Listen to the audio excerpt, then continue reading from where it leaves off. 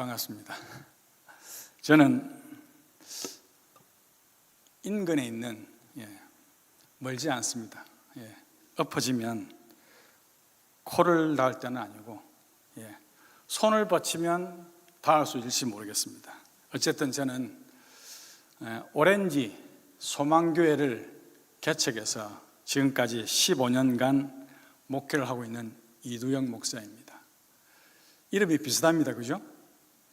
오렌지 한인교회와 마치 형제교회인 것 같습니다. 오렌지 소망교회입니다. 저는 CRC 교단에 두 개의 한인노회가 있습니다. 정 목사님이 들어오시는 코암노회에서 함께 소속되어 있는 목사입니다. 저는 개인적으로 우리 정유성 목사님 찬양을 너무 좋아해서 예전에 그 프리우마 워십 팀 아시죠? 그죠? 그때부터 제가 아주 열심히 찬양을 듣고 불렀던 사람 중에 하나입니다. 세상 말로 하면 빅팬입니다, 제가. 근데 이렇게 가까이 오시게 되어서 너무 반가웠고, 특히나 또 이렇게 정 목사님 섬기시는 교회에 와서 말씀을 전하게 되어서 너무 하나님께 감사를 올려드립니다. 그리스 아테네에 가면 아크로폴리스라는 것이 있다고 합니다. 가보신 분이 있는지 모르겠습니다만은 옛날부터 많은 사람들이 그곳을 방문하는데, 재미있는 것은 그곳을 방문했다가 돌아가면서 기념으로 그곳에 있는 대리석 조각들을 하나씩 사람들이 가져간다는 것입니다.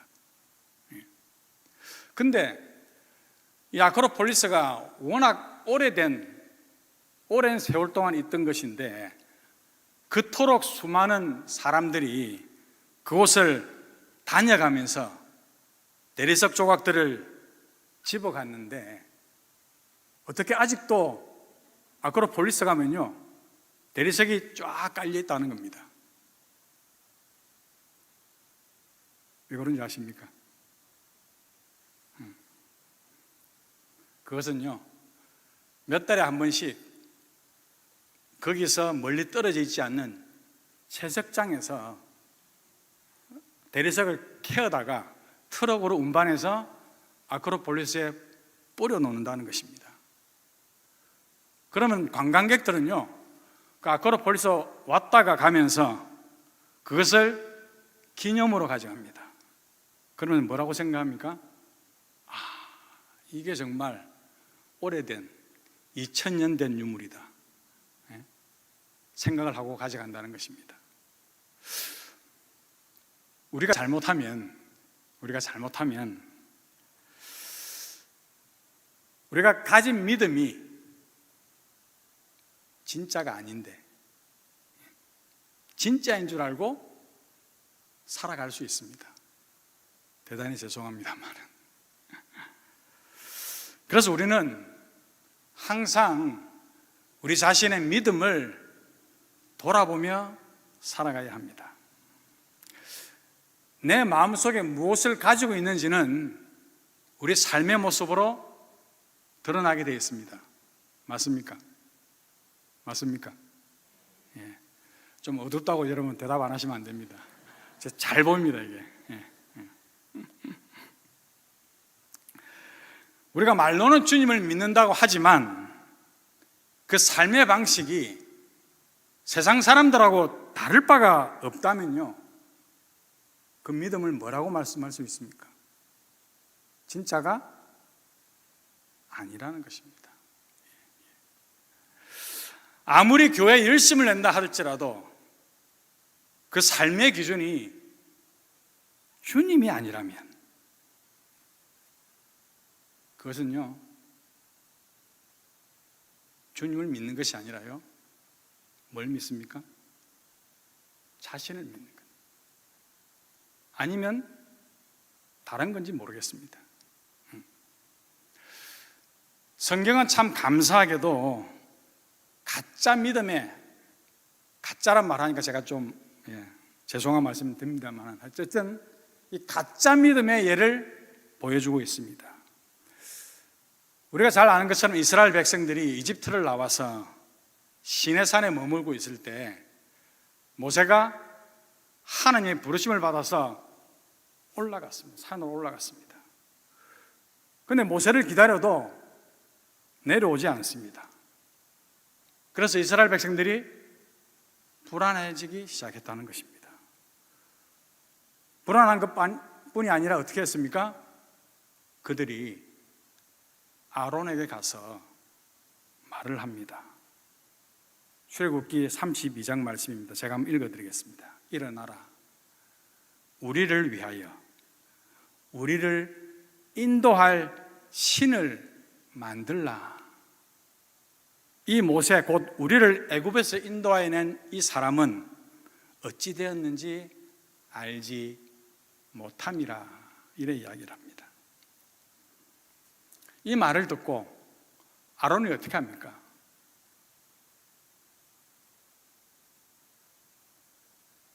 이 대단한 아론입니다. 그죠? 대단합니다. 예.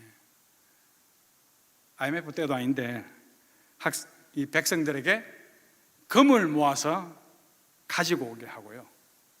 그래서 어떻게 합니까? 금송아지 우상을 만듭니다. 대단하죠, 그죠? 예, 아주 예. 그리고 일찍부터 모여서요, 금송아지 그 우상 앞에 절을 하고 제사를 지내고요, 우상 숭배자들이 하는 것처럼 어떻게 합니까? 신나게 노세노세, 젊어서 노세, 신나게 먹고 뛰어놀고 난리를 지깁니다. 그들은요, 하나님을 믿는 사람들입니다. 예. 근데 조금만 상황이 힘들어지니까 어떡합니까? 조금 전까지 끼고 있던 금반지를 빼어서 그것을 녹여서 우상을 만들었습니다. 우리가 하나님의 뜻이 어디에 있는지 그것에는 관심이 없고 자신의 필요만 채우면 된다고 생각하는 것입니다. 말로는 하나님을 믿는다고 하지만 실제는요, 내 이익을 찾고 세상의 욕심을 채우기에 바쁜 것입니다.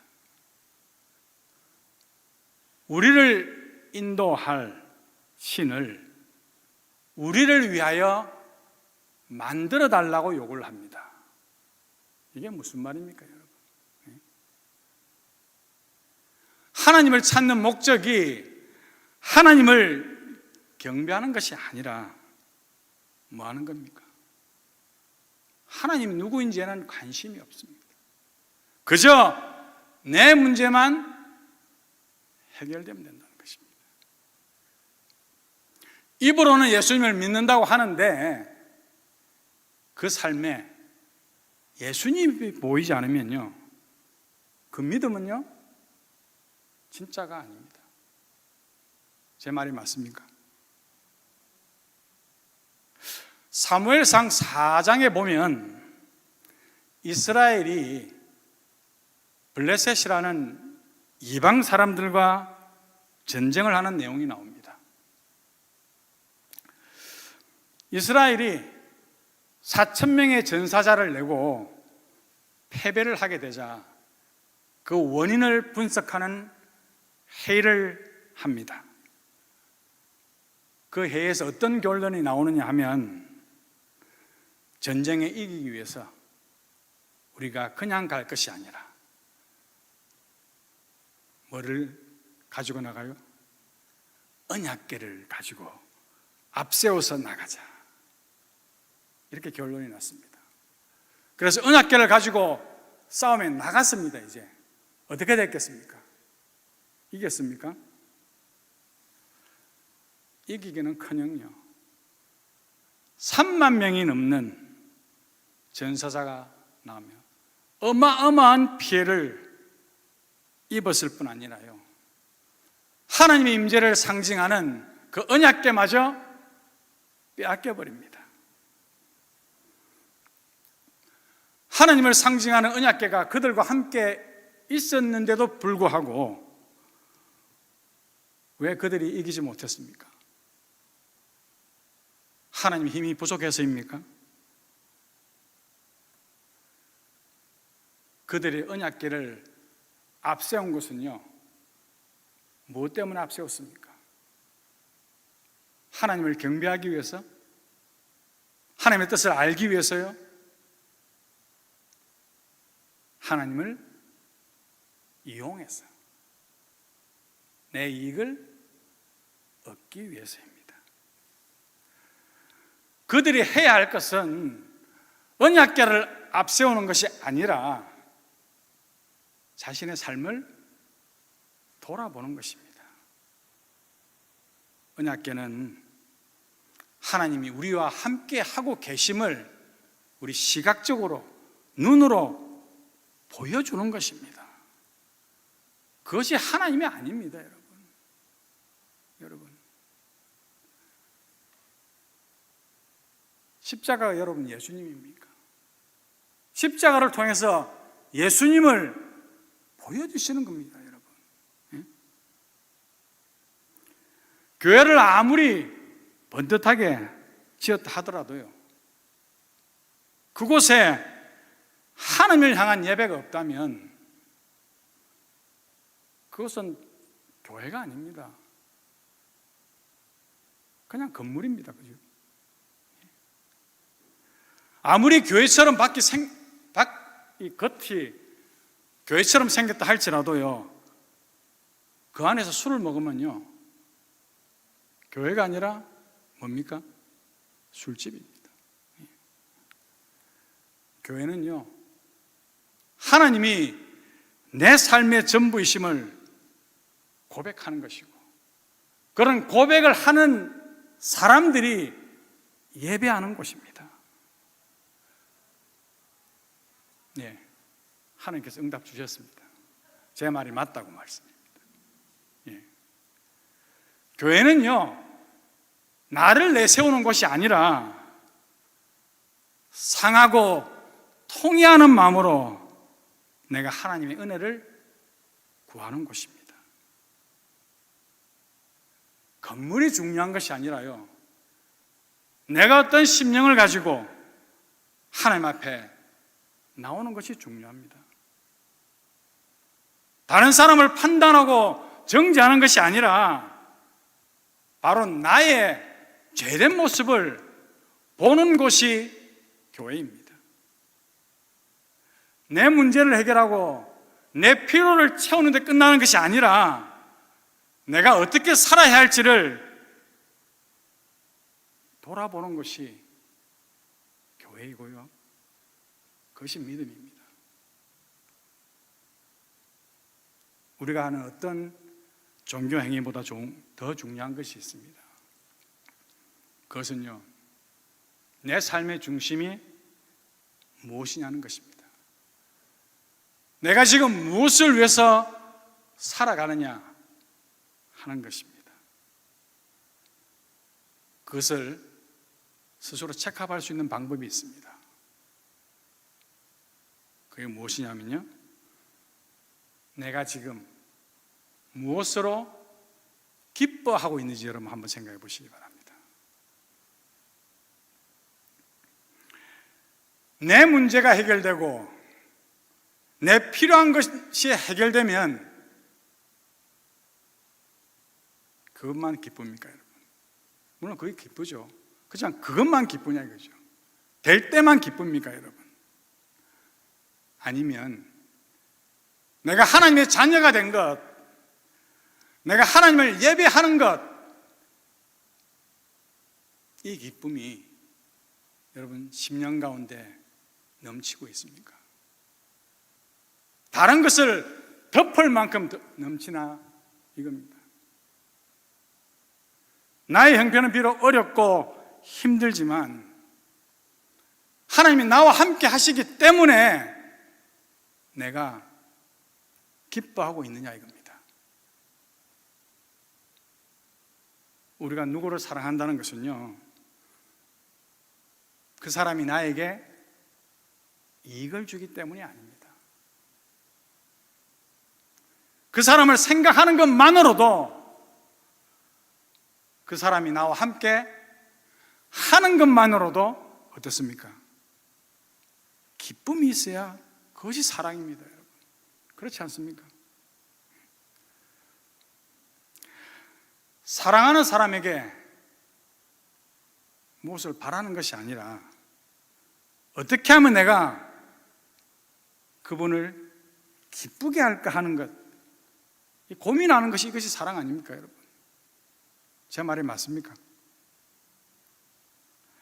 그렇다고 여러분 집에 가는 길에 또 이것을 가지고 싸우시면 안 됩니다. 예. 아까 말씀드렸지. 사랑한다면 나랑 기쁘게 한번 해봐. 이렇게 하시면 안 됩니다. 예. 제가 우리 성도들에게 늘 당부드리는 게 뭐냐면, 말씀을요 다른 사람한테 적용하면 안 되는 겁니다. 누구한테요? 자기 자신한테만 적용하면 되는 거예요. 자기 자신한테 적용해야 되는 것입니다. 돈이 있든 없든, 잘 되든 못 되든요, 함께 하는 것만으로 기쁜 것이요, 그것이 사랑입니다. 하나님을 배반한 이스라엘 백성들에게 하나님의 진노가 임할 것을 하박국 선지자에게 하나님이 말씀하십니다. 근데 이해가 되지 않는 것은요, 아무리 하나님을 배반했다 하더라도 어떻게 악한 이방인들을 통해서 하나님의 백성을 징계하시느냐 하는 것입니다. 근데 하박국 선지자는 비록 눈앞의 현실은 이해되지 않지만 하나님은 그분의 선하신 뜻을 이루시는 분임을 깨닫게 됩니다. 하나님께서 징계하시는 것은 우리 인생을 힘들게 하고 어렵게 하는 것이 아니라 우리를 살리기 위하심입니다. 우리를 구원하시기 위하심임을 깨달은 것입니다. 우리에게 주어지는 문제나 어려움은요, 하나님 우리를 죽이기 위한 것이 아니라요, 그것을 통해서 우리를 살리기를 원하신다는 것입니다. 우리가 당한 모든 어려움과 문제는요, 결국 합력해서 선을 이루게 되기 때문입니다. 그래서 하박국 선지자가 어떤 기도를 하나님 앞에 드리느냐 하면 3장 2절 말씀에 보시면, 여호와여 주는 주의 일을 이 수년 내에 부응하게 하옵소서. 이 수년 내에 나타내시옵소서. 성경에서 부응이라는 단어가 나오는 곳은요, 이 한 곳입니다. 그래서 여기서 말하는 부응은 무슨 말이냐 하면, 하나님께서 우리 삶 속에 역사하셔서 우리 안에 모든 죄악을 다 걷어내시고 우리를 새롭게 변화시켜 주시는 것입니다. 그것이 부흥입니다, 여러분. 그런데 우리를 새롭게 하시기 위해서는 어떻게 해야 합니까? 하나님이 우리 안에 있는 모든 더러움과 죄악과 욕심들을 없애버리는 작업을 먼저 하셔야 되는 것입니다. 그것을 위해서 하나님은 이스라엘 백성들을 징계하셨던 것입니다. 그런데 그 징계의 소식이 얼마나 두려웠던지 하박국 선지자는 이렇게 고백을 합니다. 창자가 뒤틀리고요, 입술이 떨리고 뼈가 썩어 들어가는 고통을 느낀다는 것입니다. 하나님의 징계가 그들 삶 속에 임하면요, 그들의 삶이 어떻게 변하느냐, 오늘 본문 말씀입니다. 무화과 나무가 무성하지 못하고 포도나무에 열매가 없고 감람나무에 소출이 없고 밭에 식물이 없고 우리의 양이 없고 외양간에 소가 없게 된다는 것입니다. 농사 짓는데 수확이 하나도 없고요, 목축업을 하는데 가축이 하나도 없습니다. 먹고 살 수 있는 것이 아무것도 없습니다. 지금으로 치면 직장도 잃어버리고 어카운트에 밸런스도 없고 거기다가 애들은 문제를 일으키고 몸까지 아프고 상황이 이렇게 된다는 것입니다. 무슨 말입니까? 아무리 둘러봐도요, 기뻐하고 좋아할 일이라고는요 아무것도 없는 상황입니다.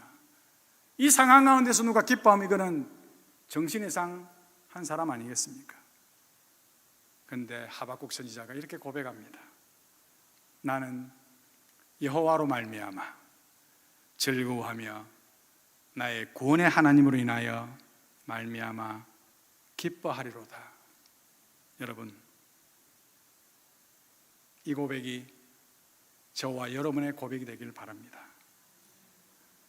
여러분, 상황이 달라졌습니까? 문제가 해결되었습니까? 아닙니다. 오히려 이제부터요, 정말 하나님의 징계가 시작이 되어서요, 어렵고 힘든 상황을 맞이해야 합니다. 그래서 그 생각만 하더라도, 하나님의 징계가 임하는 것을 생각만 하더라도 창자가 뒤틀리고 입술이 떨리고 뼈가 썩어 들어가는 고통이 느껴진다는 것입니다. 상황이나 문제가 달라진 것은요 하나도 없습니다. 뭐가 달라졌습니까? 선지자 자신이 달라졌습니다. 지금 당하는 고통과 문제는 물론 감당하기 어렵지만 중요한 것은요, 그것을 우리 삶의 끝이 아니라는 것입니다. 그 모든 것 뒤에는요 구원을 이루시는 하나님이 계시다는 것입니다. 그래서 그 하나님의 뜻이 분명히 이루어질 것을 이제 알게 되었습니다. 그래서 그것을 알게 되니 하나님으로 인하여 기뻐할 수밖에 없다는 것입니다. 만일 여러분의 아내나 남편이 이렇게 고백하신다면 여러분 어떻게 하시겠습니까? 뭐 잘못 먹었나? 이렇게 하시겠습니까?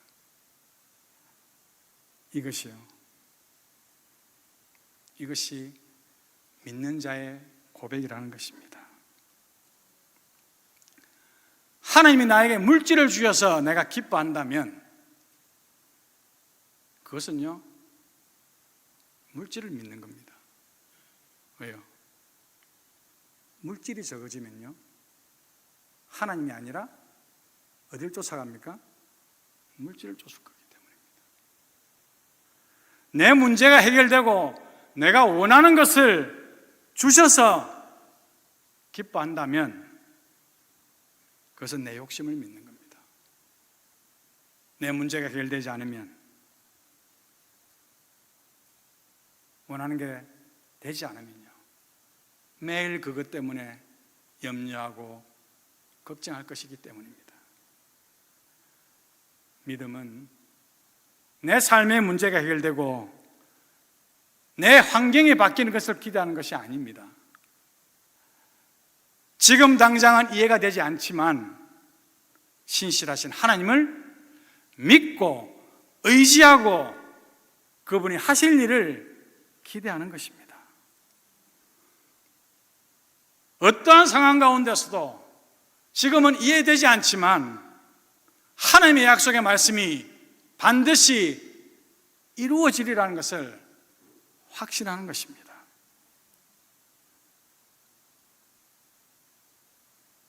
여러분, 지금까지 사시면서 느끼셨겠지만 우리 문제와 환경은요, 항상 있고 항상 바뀌는 것입니다. 그래서 거기에 우리가 마음을 둔다면 우리 마음은요, 끝없이 흔들릴 수밖에 없습니다. 비록 문제가 다가오고 환경이 힘들다 할지라도 우리 기쁨의 소망이 되시는 주님만을 바라보시기 바랍니다. 물론 우리가 때로는 앞으로 가지도 못하고 뒤로 물러설 수도 없는 상황에 처하기도 합니다. 하지만 우리는 오직 하나님으로 인하여 기뻐하는 사람들입니다. 왜요?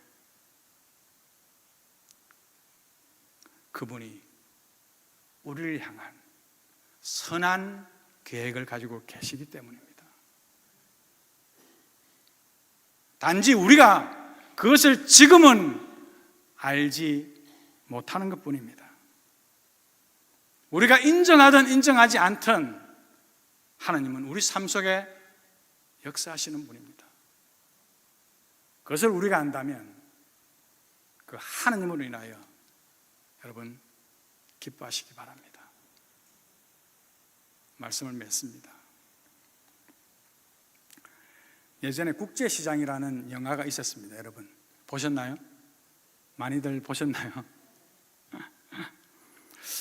영화처럼 저희 부모님도 이북에서 145대 때 그 배를 타고 오셔서 부산의 국제시장 바로 옆에서 정착하셨기 때문에 제가 바로 그곳에서 태어나고 어린 시절을 보냈습니다. 한국 현대사의 그 힘든 시기를 지난 그 주인공이 영화의 마지막 부분에 자신의 아버지를 생각하며 자신의 아버지한테 말하는 대사가 있습니다. 여러분, 이것은 저처럼 부산 사람만이 할 수 있는 대화입니다. 제가 한번 해볼게요. 네. 아버지, 내 이만하면 잘 살았지? 무슨 말인지 잘 모르시겠죠? 예? 통역이 필요합니까? 예. 저희 교회에서도 제가 강구할 때는 어떤 데는 통역이 필요할 때가 있습니다. 예. 뭐 옆에 분한테 알아들으세요. 언제가 될지는 모르지만요, 우리 역시 하나님 앞에 서야 할 때가 있습니다. 여러분. 그때 우리는 하나님 앞에 이렇게 말할 수 있어야 합니다. 아버지, 그래도 아버지 주신 믿음 가지고 잘 살았습니다. 예?